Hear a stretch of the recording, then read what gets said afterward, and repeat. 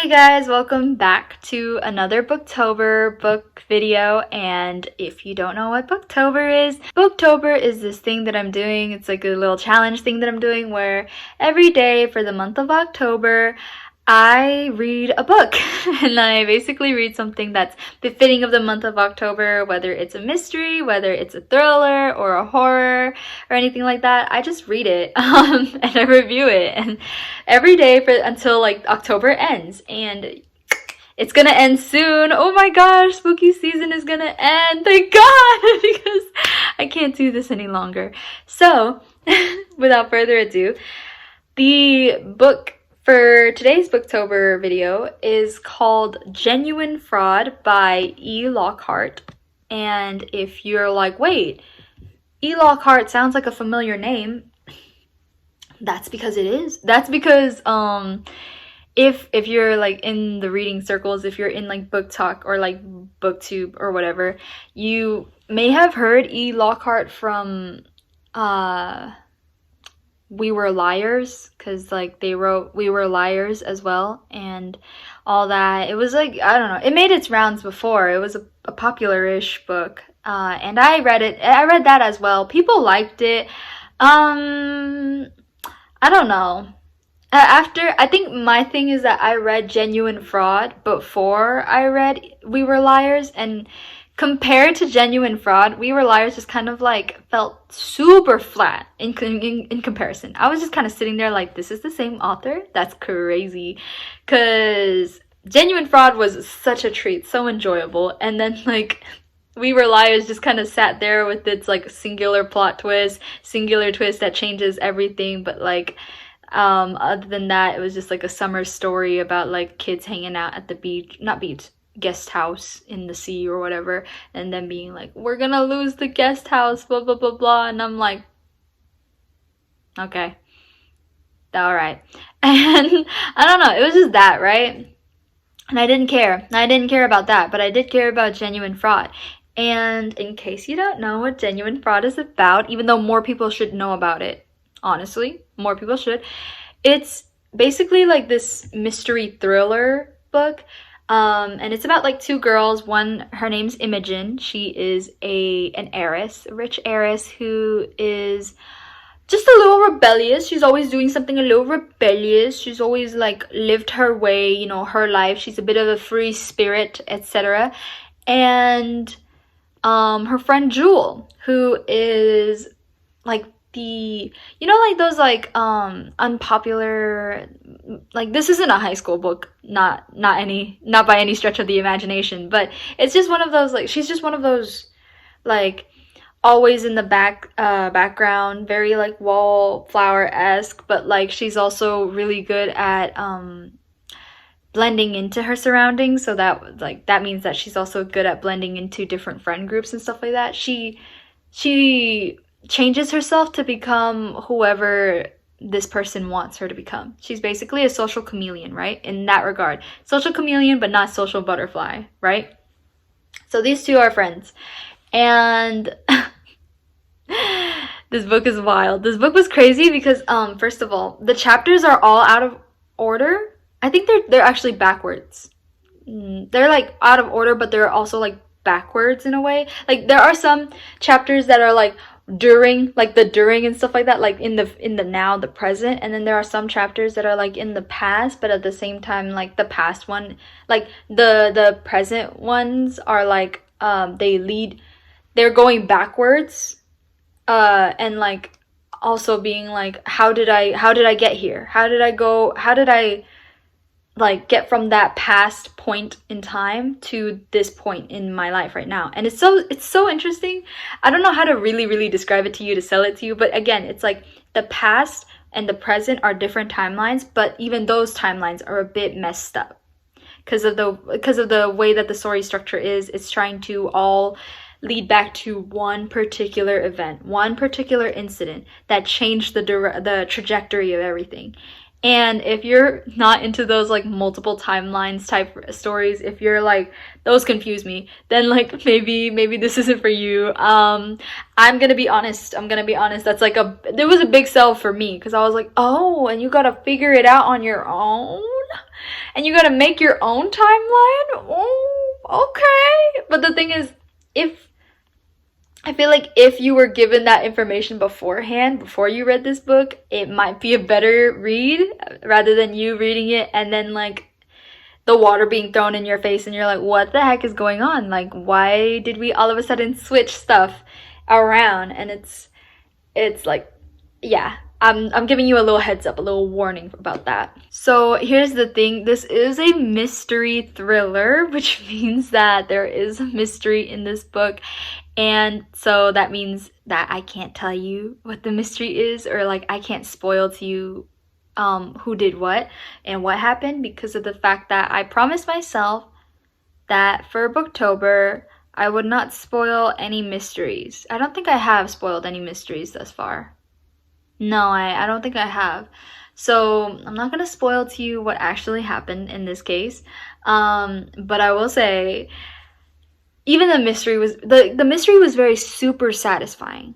Like, here's the thing though, the mystery isn't exactly a mystery, to me at least. It's not exactly a mystery, but the thing is, what's so mysterious about it is the fact that like who you think you're like following, who you think this person is not actually who this person is, you know. And you're wondering how these like circumstances came to be where this person is going under a different name, going under a different alias, different look even, you know. Everything is different about them, and that's why you couldn't recognize them at first, right? And you're like, why are you doing this? How did this happen to you?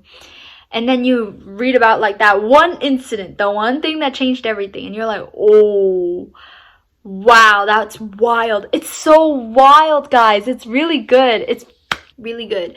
And here's the thing about it, like the mystery itself doesn't feel out of like the mystery as in like the big incident, I guess like the lead up to the big incident. It doesn't feel out of place. It doesn't feel like it just happened out of nowhere, because of the fact that like everything builds up. Even the after adds to things, because if you look at like how things turned out afterwards, you start to realize like, oh, this person is like, you know, you just see their like mannerisms, you just see like what they're doing, and like you just see the events that are leading them to this path and stuff like that, and you're just like, oh, this person wouldn't be doing this if they didn't feel cornered, or if they didn't feel like they were like put against the wall. Why?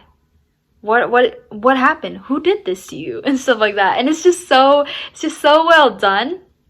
And like that big incident at the end, I was just kind of like, yeah, ruin your life over a deep-seated resentment that you've been feeling for years, not just for this person, but just for everybody that's ever done this to you. But you know, go off, pop off.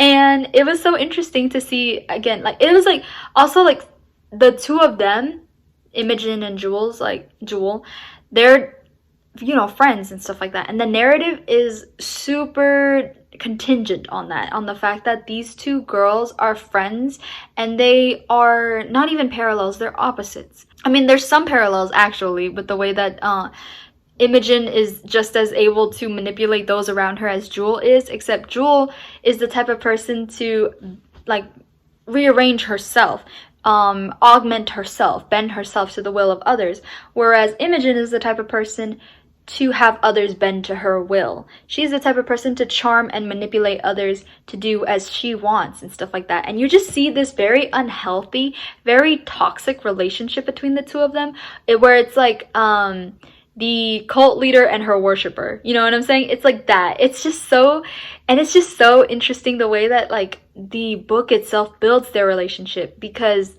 that's what it focuses on. It focuses on their relationship. It focuses on them as friends and also as foils, and the way that like it all pays off in the end. And it's like one of those narratives where instead of a character arc that like a character growth arc where we're like, oh, we learn things about ourselves, we're like better people now, etc., etc. It's a character development arc where you just become a worse person and like you spiral down into like the pits. And honestly, I feel like for this October, it's so perfect. Like, it's so perfect. That's why it's called Genuine Fraud. You are a genuine fraud. And I just feel like more people need to talk about this, because once you get over the whole timeline thing, you're gonna get used to it, because, you know, you're just like, oh, okay, this is this timeline, this person is this timeline, and this person is this timeline. Except, no, that's not what it is.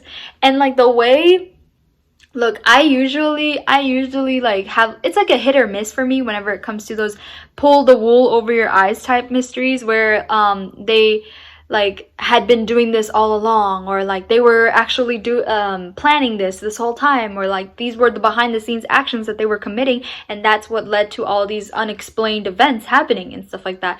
Usually those are hit or misses for me, because I'm like, okay, but you didn't you didn't really develop the motivations behind this, or you didn't really like show this person having any inclinations about this. But this one is actually a hit.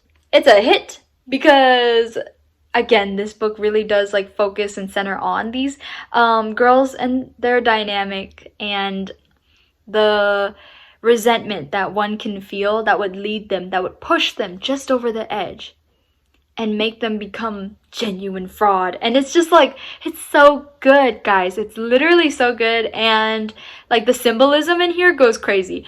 And y'all know that's a lot coming from me, because I'm not the type of girl to be like, why are the curtains blue? I don't care. They're blue because they match my eyes, or like they're blue because they're my favorite color. That doesn't have to mean anything, right?